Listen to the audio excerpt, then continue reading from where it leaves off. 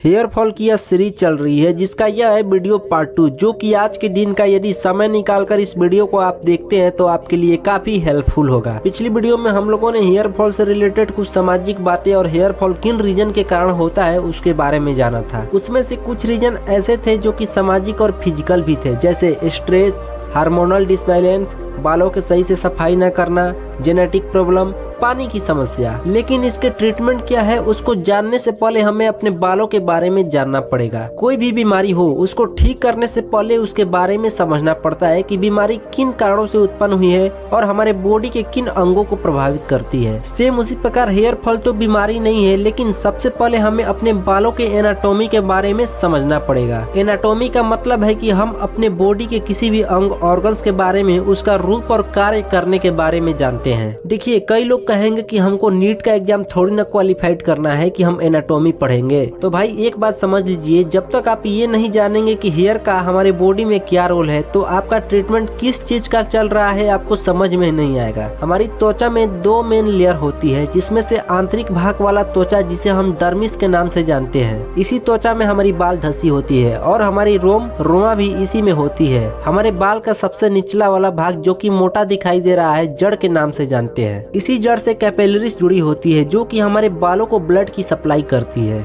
हमारे बालों के पास ये जो रेड कलर की बूंदा बूंदा दिखाई दे रही है ना, वो है सब केसवस ग्लैंड। यह ग्लैंड एक तेलीय पदार्थ सीबम रिलीज करती है जो कि हमारी त्वचा और बालों को मुलायम बनाए रखती है। हमारे बाल 3 लेयर से होकर बनी रहती है। पहली और सबसे भीतरी लेयर होती है मेडुला। मेडुला हमारे बालों का सबसे सॉफ्ट और अदृश्य नाजुक परत होता है। इसके बाद आती है कॉर्टेक्स। यह बालों की सबसे बीच वाली लेयर होती है। इस लेयर में कॉर्टेक्स की सेल कोशिकाएं पाई जाती है। कॉर्टेक्स हमारे बालों की सबसे मोटा लेयर होती है। इसी कॉर्टेक्स में मेलानिन नाम का एक पिगमेंट पाया जाता है। यदि मेलानिन अगर ज्यादा बनेंगे तो हमारे बाल काले होंगे और कम बनेंगे तो हमारे बाल सफेद पड़ जाएंगे। तो ये था हमारे बालों का एनाटॉमी, जो कि आप बालों के बारे में ग्रेजुएशन कर चुके हैं। अब चलिए जानते हैं कि हमारे बाल झड़ते क्यों हैं। वैसे तो पार्ट 1 में बालों के झड़ने का रीजन बता दिया था, लेकिन इस वीडियो में बाल झड़ना एक कहानी के माध्यम से आपको समझाऊंगा। यहाँ तक रुके हैं तो एक लाइक और शेयर कर दीजिए। देखिए, जिस प्रकार एक पेड़ की सारी पत्तियां पतझड़ के मौसम में जमीन पर गिर जाती है और पेड़ का सिर्फ डालियां बच जाती है, लेकिन कुछ दिन बाद उन्हीं डालियों में एक नए पत्ते आ जाते हैं, यानी उन पत्तियों का भी लाइफ सर्कल होता है, यानी 1 साल।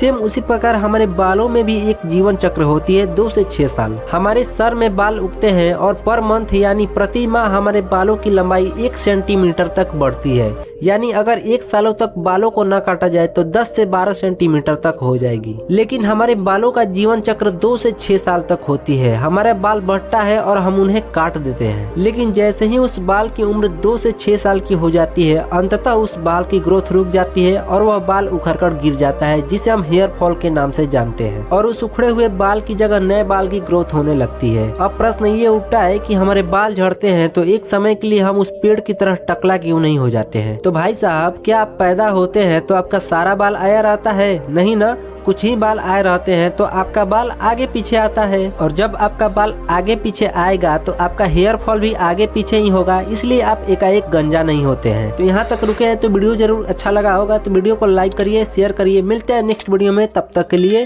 जय हिंद।